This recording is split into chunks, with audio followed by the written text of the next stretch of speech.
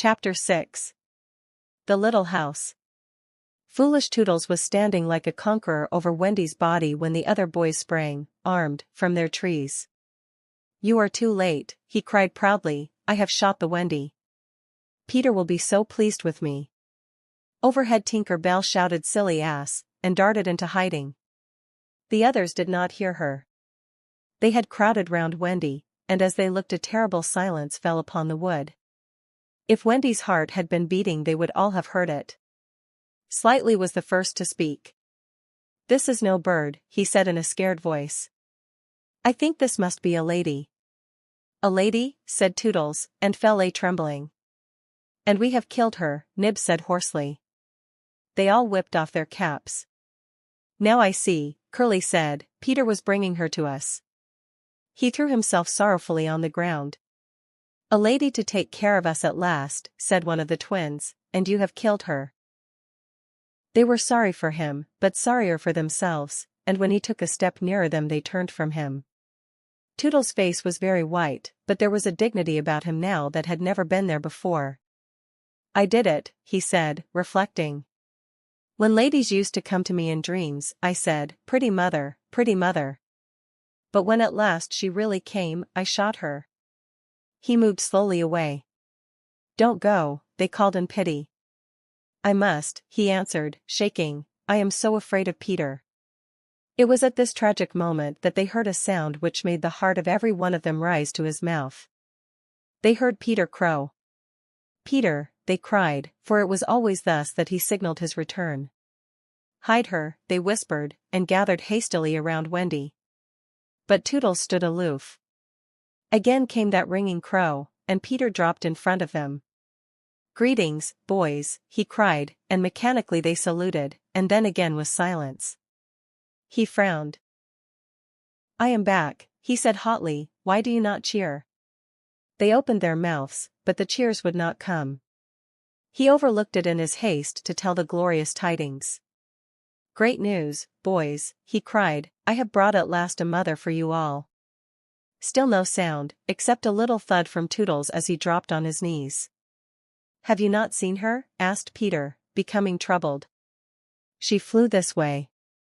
"Ah me," one voice said, and another said, "Oh, mournful day." Toodles rose. "Peter," he said quietly, "I will show her to you," and when the others would still have hidden her he said, "Back, twins, let Peter see." So they all stood back, and let him see, and after he had looked for a little time he did not know what to do next. "She is dead," he said uncomfortably. "Perhaps she is frightened at being dead."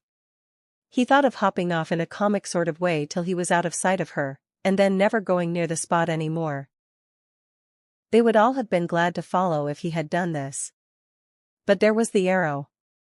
He took it from her heart and faced his band. "Whose arrow?" he demanded sternly. "Mine, Peter," said Toodles on his knees. "Oh, dastard hand," Peter said, and he raised the arrow to use it as a dagger. Toodles did not flinch.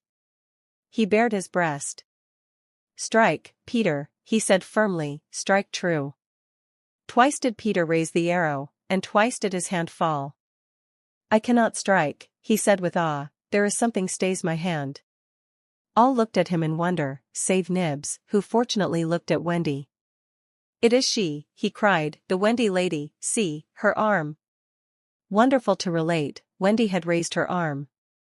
Nibs bent over her and listened reverently. "I think she said, 'Poor Toodles,'" he whispered. "She lives," Peter said briefly. Slightly cried instantly, "The Wendy lady lives." Then Peter knelt beside her and found his button. You remember she had put it on a chain that she wore round her neck. "See," he said, "the arrow struck against this. It is the kiss I gave her. It has saved her life." "I remember kisses," slightly interposed quickly, "let me see it." "Aye, that's a kiss." Peter did not hear him. He was begging Wendy to get better quickly, so that he could show her the mermaids. Of course she could not answer yet, being still in a frightful faint, but from overhead came a wailing note. "Listen to Tink," said Curly, "she is crying because the Wendy lives." Then they had to tell Peter of Tink's crime, and almost never had they seen him look so stern. "Listen, Tinker Bell," he cried, "I am your friend no more. Begone from me forever." She flew onto his shoulder and pleaded, but he brushed her off. Not until Wendy again raised her arm did he relent sufficiently to say, "Well, not forever, but for a whole week." Do you think Tinker Bell was grateful to Wendy for raising her arm? Oh dear no, never wanted to pinch her so much. Fairies indeed are strange, and Peter, who understood them best, often cuffed them. But what to do with Wendy in her present delicate state of health? "Let us carry her down into the house," Curly suggested. "I," said slightly, "that is what one does with ladies." "No, no," Peter said, "you must not touch her.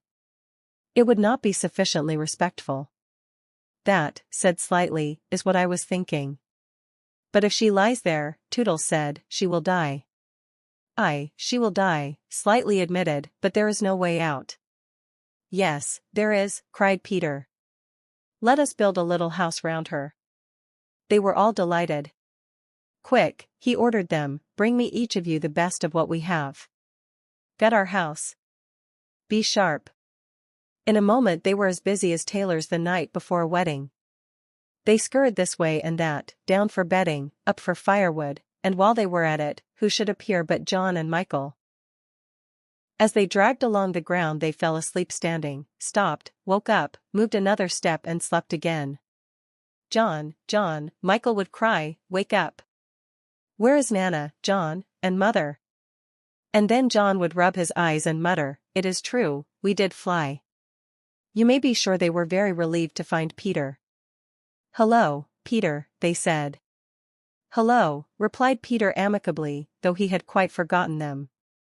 He was very busy at the moment measuring Wendy with his feet to see how large a house she would need. Of course he meant to leave room for chairs and a table. John and Michael watched him. "Is Wendy asleep?" they asked. "Yes." "John," Michael proposed, "let us wake her and get her to make supper for us," but as he said it some of the other boys rushed on carrying branches for the building of the house. "Look at them," he cried. "Curly," said Peter in his most captainy voice, "see that these boys help in the building of the house." Aye, sir." "Build a house?" exclaimed John. "For the Wendy," said Curly. "For Wendy?" John said, aghast. "Why, she is only a girl." "That," explained Curly, "is why we are her servants." "You? Wendy's servants?" "Yes," said Peter, "and you also." Away with them. The astounded brothers were dragged away to hack and hew and carry. "Chairs and a fender first," Peter ordered. "Then we shall build a house round them." "I," said Slightly, "that is how a house is built, it all comes back to me." Peter thought of everything. "Slightly," he cried, "fetch a doctor." I, said Slightly at once, and disappeared, scratching his head. But he knew Peter must be obeyed, and he returned in a moment, wearing John's hat and looking solemn. "Please, sir," said Peter, going to him, "are you a doctor?" The difference between him and the other boys at such a time was that they knew it was make-believe, while to him make-believe and true were exactly the same thing. This sometimes troubled them, as when they had to make believe that they had had their dinners. If they broke down in their make-believe he rapped them on the knuckles. "Yes, my little man," Slightly anxiously replied, who had chapped knuckles. "Please, sir," Peter explained, "a lady lies very ill." She was lying at their feet, but Slightly had the sense not to see her. "Tut, tut, tut," he said, "where does she lie?" "In yonder glade." "I will put a glass thing in her mouth," said Slightly, and he made believe to do it, while Peter waited. It was an anxious moment when the glass thing was withdrawn. "How is she?" inquired Peter. "Tut, tut, tut," said Slightly, "this has cured her." "I am glad," Peter cried. "I will call again in the evening," Slightly said, "give her beef tea out of a cup with a spout to it," but after he had returned the hat to John he blew big breaths, which was his habit on escaping from a difficulty. In the meantime the wood had been alive with the sound of axes. Almost everything needed for a cozy dwelling already lay at Wendy's feet.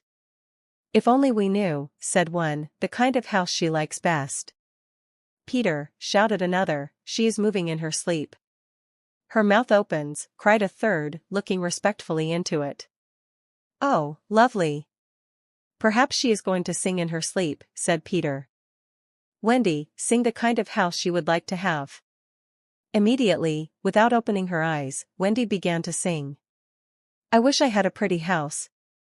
The littlest ever seen. With funny little red walls. And roof of mossy green. They gurgled with joy at this, for by the greatest good luck the branches they had brought were sticky with red sap, and all the ground was carpeted with moss. As they rattled up the little house they broke into song themselves. We've built the little walls and roof. And made a lovely door. So tell us, Mother Wendy. What are you wanting more? To this she answered greedily. Oh, really next I think I'll have gay windows all about. With roses peeping in, you know. And babies peeping out.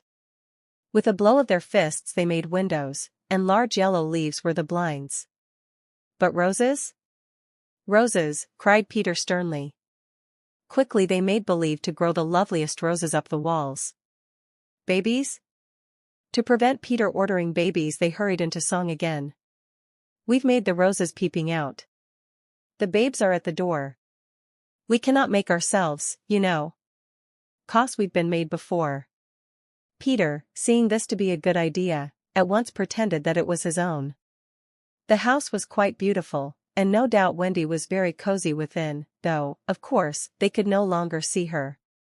Peter strode up and down, ordering finishing touches. Nothing escaped his eagle eyes. Just when it seemed absolutely finished. There's no knocker on the door, he said. They were very ashamed, but Toodles gave the sole of his shoe, and it made an excellent knocker. Absolutely finished now, they thought. Not a bit of it. There's no chimney, Peter said, we must have a chimney.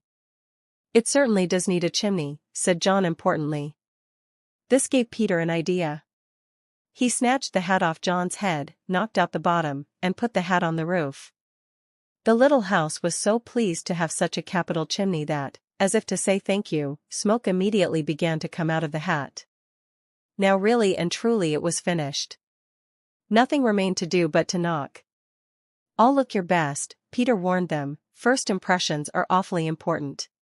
He was glad no one asked him what first impressions are, they were all too busy looking their best. He knocked politely, and now the wood was as still as the children, not a sound to be heard except from Tinker Bell, who was watching from a branch and openly sneering. What the boys were wondering was, would anyone answer the knock? If a lady, what would she be like? The door opened and a lady came out. It was Wendy. They all whipped off their hats. She looked properly surprised, and this was just how they had hoped she would look. Where am I? She said. Of course Slightly was the first to get his word in. Wendy lady, he said rapidly, for you we built this house. Oh, say you're pleased, cried Nibs. Lovely, darling house, Wendy said, and they were the very words they had hoped she would say. And we are your children, cried the twins. Then all went on their knees, and holding out their arms cried, Oh Wendy lady, be our mother. Ought I? Wendy said, all shining. Of course it's frightfully fascinating, but you see I am only a little girl. I have no real experience. That doesn't matter, said Peter, as if he were the only person present who knew all about it, though he was really the one who knew least. What we need is just a nice motherly person. Oh dear. Wendy said, you see, I feel that is exactly what I am. It is, they all cried, we saw it at once. Very well, she said, I will do my best. Come inside at once, you naughty children, I am sure your feet are damp. And before I put you to bed I have just time to finish the story of Cinderella. In they went, I don't know how there was room for them, but you can squeeze very tight in the Neverland. And that was the first of the many joyous evenings they had with Wendy. By and by she tucked them up in the great bed in the home under the trees, but she herself slept that night in the little house, and Peter kept watch outside with drawn sword, for the pirates could be heard carousing far away and the wolves were on the prowl. The little house looked so cozy and safe in the darkness, with a bright light showing through its blinds, and the chimney smoking beautifully, and Peter standing on guard. After a time he fell asleep, and some unsteady fairies had to climb over him on their way home from an orgy. Any of the other boys obstructing the fairy path at night they would have mischieved, but they just tweaked Peter's nose and passed on.